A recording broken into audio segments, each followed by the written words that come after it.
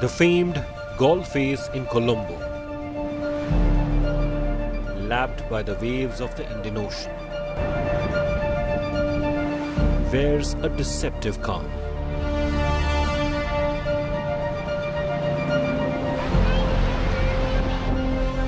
Hordes of families throng the beachfront, playing ball games and snacking on fried fish peddled by eateries.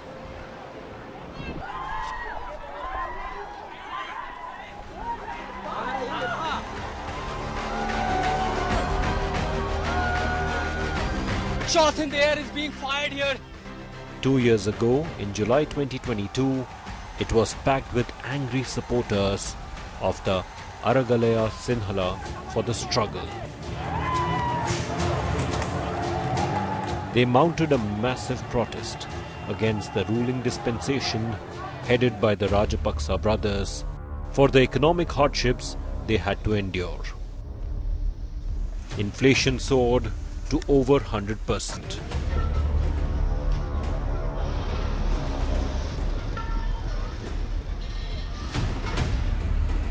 There was a critical shortage of fuel for motor vehicles. This, coupled with the food and fertilizers crisis, pushed Sri Lanka to the brink of a shocking economic collapse.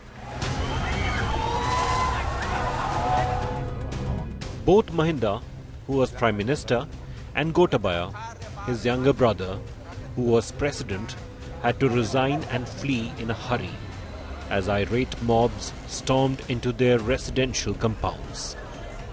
Since then, the situation has stabilised under the steadying hand of President Ranil Vikramasinghe.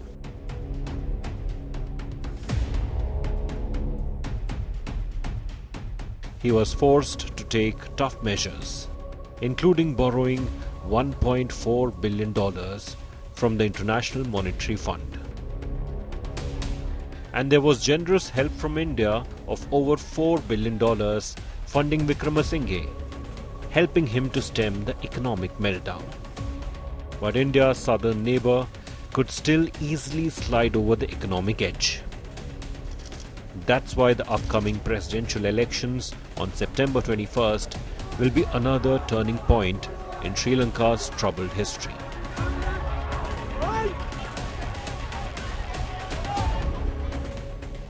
It could be the last chance for Lanka. Hello, I'm Raj Sengappa of India Today, and I'm standing at the famous golf face of Colombo. This, 2 years ago, was the epicenter of one of the biggest popular uprisings called the Aragalaya that overthrew the Rajapaksa government in 2022. Today, this area is calm. People are enjoying themselves on a Sunday, but beneath the calm, there is another big event happening. And this could be another turning point in the Sri Lanka's, the island's troubled history. And this is the upcoming presidential election that is to be held on September 21st, barely a month away. And this is a critical crossroads because so far in the past 2 years, Sri Lanka has limped back to normalcy, though there is, as you can see, a lot of holiday makers. The situation in terms of the economic indicators still remain critical. If you recall, there was high inflation, food prices had gone up, petrol prices had gone up, cooking gas prices had gone up, and there was a popular revolt that knocked the Gotabaya administration. Gotabaya was Gotabaya Rajapaksa, the younger brother of Mahinda Rajapaksa, was elected president in 2019 with a clear majority. And again, the SLPP, the ruling party at that time, also won a landslide victory in the 2020 parliamentary elections. 2 years later, they were knocked down by their own folly, and now there are over 24 candidates vying for the president's post, and the person that has led the entire government during this period, ironically, is Ranil Vikramasinghe, who was 4 times Prime Minister, in fact 6 times he's been sworn in as Prime Minister. He was a majority of 1, he was a nominated MP. He agreed to take over the presidency, and backed by the ruling SLPP, which is the Rajapaksa's party, they formed a government and he ran it. He brought, India gave a lot of assistance, China gave a lot of assistance, and the country limped back to normalcy on a lot of borrowings. That means the debt overhang is there. At the moment, there is a grace period, and so he's able to stabilize the finances, and he projects himself as someone who has brought stability back, and therefore he should be elected. But he has a serious challenger in Sajid Premadasa. Now, Sajid Premadasa was his former compatriot, formed his own party called the SJB, was the prime opponent to Gotabaya in the 2019 elections. They lost. He got about 46% vote, but came second. He is now one of the front runners. In fact, surveys show that he is the front runner for the next presidential election. And it is a hot battle between Ranil Vikramasinghe, Sajid Premadasa, and there is a third party, the JVP, the extreme center-left party that is now coalesced into a large leftist party called the NPP. They brought together a lot of coalition partners, and that is the third party that is in contest for the presidential elections. These are the three serious contenders. Each of them have their own values. Over here, I went across and looked at what are the key issues. Of course, stability is a big issue. Change, which the Aragalya or the protesters or the uprisings that happened in 22 is the other big theme. Sajid Premadasa is promising big change. He says, I will, he calls the entire lot that ruled for the past 2 years as corrupt and immoral, in the sense that they had no legitimacy for a person who had not been elected as president or not won a nomination to become president. And he says that has to go, and he is the strongest candidate. Ranil Vikramasinghe says he has brought the nation back stability, and he deserves more years to ensure and puts the threat out that there is a possibility of another collapse. And his supporters point to Bangladesh, and where we saw righteous scenes, and therefore he says this is the time to elect him. The JVP says that both these parties are corrupt and they need to move out, and the left wants to occupy center stage over here. Hello, I'm Raj Sengappa from India Today, and in Colombo at the office of the leader of the opposition, Sajid Premadasa, who's also president of the SJB. It is one of the leading parties, and there is a very critical election coming up, the presidential election, after Sri Lanka went into huge turmoil in 2022 that saw an economic collapse. And this election will be another turning point in the island's history. The man at the forefront is Sajid Premadasa, leading the presidential polls according to recent surveys. Sajidji, what is the key issues you feel, and why is this election so critical? Presently, Sri Lanka is governed by an administration that does not have a people's mandate. Mm-hmm. The very same majority in Parliament which proposed illogical, misunderstood economic policies, mm-hmm. Sri Lanka fell into the situation of economic bankruptcy. Right. The very same people who put Sri Lanka into this terrible situation, which devastated many lives, they themselves formed into a coalition to have a replacement. So what we have is a replacement president, mm-hmm. elected by a group of parliamentarians who have lost their mandate. So it's very important that the people's voices are heard. Right. That the people themselves have an opportunity to elect their own leader. Not go through the same old facade of a selected leader. We need an elected leader. Right. The people's opinions and their expectations, their views will be properly represented in such a situation. So the first important thing is the necessity for a people's mandate. Right. Second, even though it's not in that kind of a pecking order, a similar importance has to be attached to bring Sri Lanka out of this situation of economic catastrophe.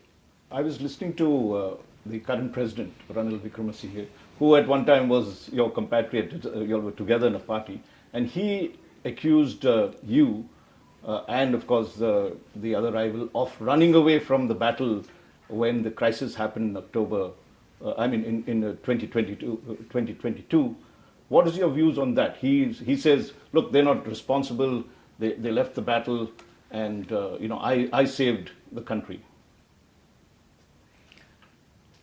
So the country that were bankrupted by the Rajapaksas, the country through corruption, kleptocracy, vast-scale looting of the Sri Lankan people's resources, they were the very same people who are backing the president right now. This is why those who stole our assets, those who were responsible for achieving very high commissions, all those monies parked abroad, they have not been brought to book. So this is the quid pro quo for supporting to come to high position. They are not brought to book. The stolen assets are not recovered. So I can tell you, very honest, yes, we ran away. We ran away from the rogues. We ran away from the corrupted political system, corrupt political leaders, corrupt from top to bottom.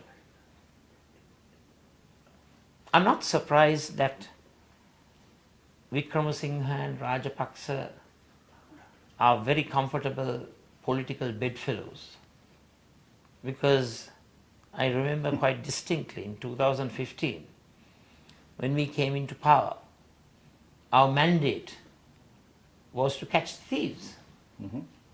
But under the present president's guidance, he was the then prime minister at that time, we came with a mandate to ensure that corruption is eradicated. But what happened? The then president and the prime minister encouraged cozy relationships with the very same people who were corrupt, which is one of the reasons why we were rejected way back in 2019, because we didn't implement the mandate. You've heard what Sajid Premadasa had to say. We also went across and spoke to the SLPP party, which is, we spoke to the General Secretary, Sagar Karyavasam, and he talked about why the Rajapaksas are still relevant to Sri Lanka politics. The son of Mahinda Rajapaksa is now standing as one of the candidates. Namal, as he's called, came in as a surprise entry towards the end, and he's also become a contender to the battle, though many see it as the fact that the Rajapaksas want to stay relevant, and this party has been put up to knock both the extreme left as well as the Ranil Vikramasinghe supporters, so that their niche that they had created, the support, the base that they had, remains as is. Let's go and listen to what Sagarar had to tell me about the SLPP strategy.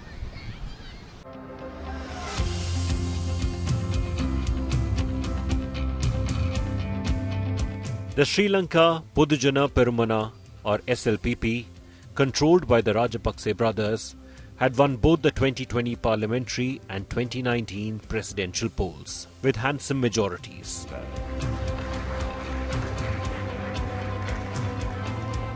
But the Rajapaksas frittered away the mandate by making serious economic mistakes. Reduction of taxes for the rich led to a drop in government revenues. The overnight banning of chemical fertilizers impacted agricultural productivity. And then COVID reduced Lanka's tourism sector to rubble, and remittance from expats dried up. 2 years since the people's uprising that dethroned them, the Rajapaksas this time have fielded Mahinda Rajapaksa's son, 38-year-old Namal, as the presidential candidate, taking on the incumbent Ranil Vikramasinghe. පැහැදිලිවම අභියෝග බාර ගන්න අපි සූදානම්. මම හිතන්නේ නායකත්වයේ සහ තරුණයෝ අවශ්‍ය වෙන්නේ අභියෝග තියෙන වෙලාවක. ඉතින් අපි පාක්ෂිකයා කෙරෙහි විශ්වාස කරනවා, ප්‍රතිපත්ති කෙරෙහි විශ්වාස කරනවා. මේ රටේ තරුණ පරම්පරාව අපේක්ෂා කරන මේ නූතන පරම්පරාවේ දේශපාලන බලවේගයක් විදිහට ශ්‍රී ලංකා පොත්ජන පෙරමුණ දෙමව්පියන්ගේ තරුණයන්ගේ අපේක්ෂාවන් මල්පල ගන්වන්න අපි කටයුතු කරනවා. Namal Rajapaksa is the sitting MP in the 225-member Sri Lankan parliament. The eldest son of two-time President Mahinda Rajapaksa is trying to woo 92 parliamentarians who recently declared support for Ranil Vikramasinghe. This has caused a splinter in SLPP and severely limited support for his candidature. We believe in national economy rather than a neoliberal economy, more nationalist economy. So because of that, we told him very clearly, okay, if you need our support, we have to sit down and discuss, and we have to come to a middle point where you will have to sacrifice your the things that you are believing to a certain extent, where we also will see where we can, which point we can meet at, and then we can go ahead. But it's sad to say that he never even tried to have that conversation with us. Instead of that, he tried to, take our members of parliament behind our back. So now he has taken majority of the members, but I'm pretty confident that he has not been able to take our supporters. But Namal's candidacy will test whether his powerful family, which produced 2 presidents, has managed to retain its popularity despite Sri Lanka's grueling financial crisis. We all are really thankful to Namal Rajapaksa, who took a very brave decision at that time, and he took the entire burden on his shoulders, the burden of the party. And I think that's a very unfortunate incident where our candidate had some personal issues at the last moment. But as a party, we have to go ahead. We are with our policies, and we have to go ahead. The powerful Rajapaksa brothers are sitting out of this race. But Namal's name on the ballot paper may cut more into incumbent Ranil Vikramasinghe's vote and keep the Rajapaksas in the running for parliamentary elections that are likely to follow.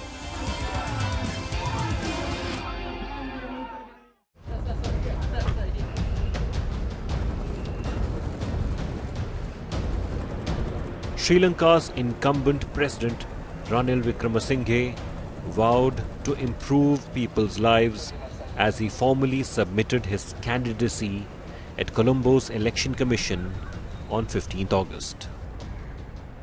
I have stabilized the economy. I have increased production. So they have food to eat. They have fuel to travel around. But it's not over yet. Life can be hard for some people.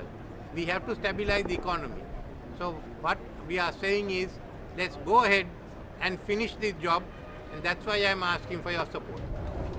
75-year-old Ranil Vikramasinghe is among 39 candidates in the presidential race.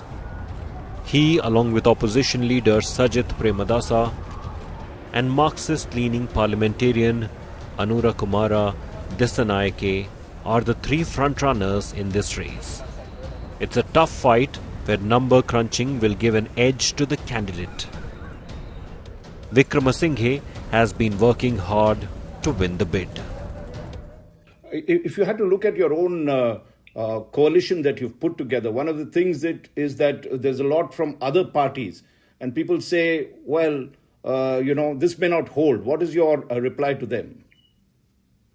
Look, we had to get together for 2 years. We got together for 2 years. Right. No one was trying to get together for elections. Right. So part of the SLPP with former President Rajapaksa has gone their own way. Right. Mr. Rajapaksa has gone his own way. Right. And, a large number decided we'll stay together. Emergency situations is what we had. The whole party system broke down. Right. As I said, people are not willing to take responsibility. And you think this coalition, you called it a pact, is something that the country needs and people will look forward to? You need for the first time of getting elements of all parties getting together. Right. That's something we have to certainly we have to build on. Were you sort of disappointed that you had requested Mahinda Rajapaksa to support your independent candidacy? Instead, we find that his son, Namal, is standing. Were you disappointed by that, and do you think that is a setback? No, I asked everyone. Didn't mean everyone was voting in there. Right. I mean, they gave us support at the most difficult moment. Right. I think I have thanked him for that. But I can't hold him to support me during an election. He's from one party, I was from another. A former 6-time PM, Ranil Vikramasinghe hopes to win his first ever presidential election on the back of his performance in righting the economy through raising indirect taxes to meet IMF stipulations and launching bold economic reforms and tight fiscal policies. Seen as a wily operator, Wickremesinghe is standing as an independent candidate and promises stability and economic growth. So there you have it. You've seen the range of opponents that are there that are trying to vie for the vital president's post for the upcoming elections. They each have their strong points and their views, but it is critical that whoever wins has to restore and continue the work that has been done to bring Sri Lanka back to normal after it went into the brink of an economic collapse, and there was every danger that chaos and anarchy could break out. This is something that the new government, the new president would have to tackle. And the world waits, India waits with bated breath as to what would be the outcome of the Sri Lankan elections. Thank you for being with me. This is Raj Sengappa reporting from Colombo.